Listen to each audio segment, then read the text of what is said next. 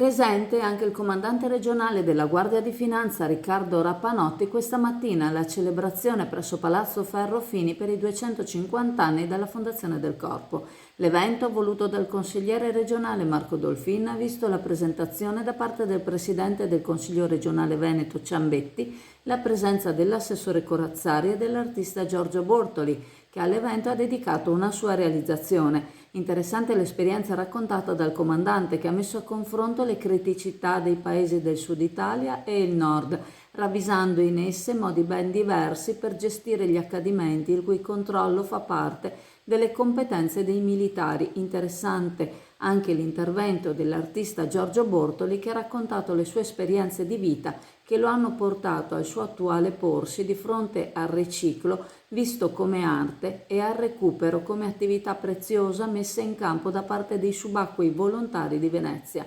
Il presidente del Consiglio Ciambetti ha esordito elencando le attività messe in campo negli ultimi mesi da parte della Guardia di Finanza, numeri importanti che rilevano un'attività incessante contro l'illegalità. Il consigliere Dolfin, promotore dell'iniziativa, ha sottolineato l'importanza del corpo verso la legalità e il benessere della società, ricordando anche le loro azioni a favore della tutela ambientale.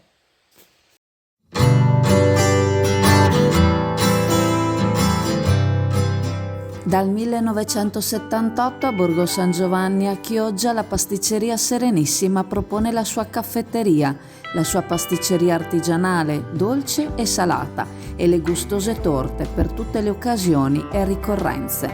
Gusta la tua colazione alla pasticceria Serenissima con la sua selezionata caffetteria e le sue brioche artigianali.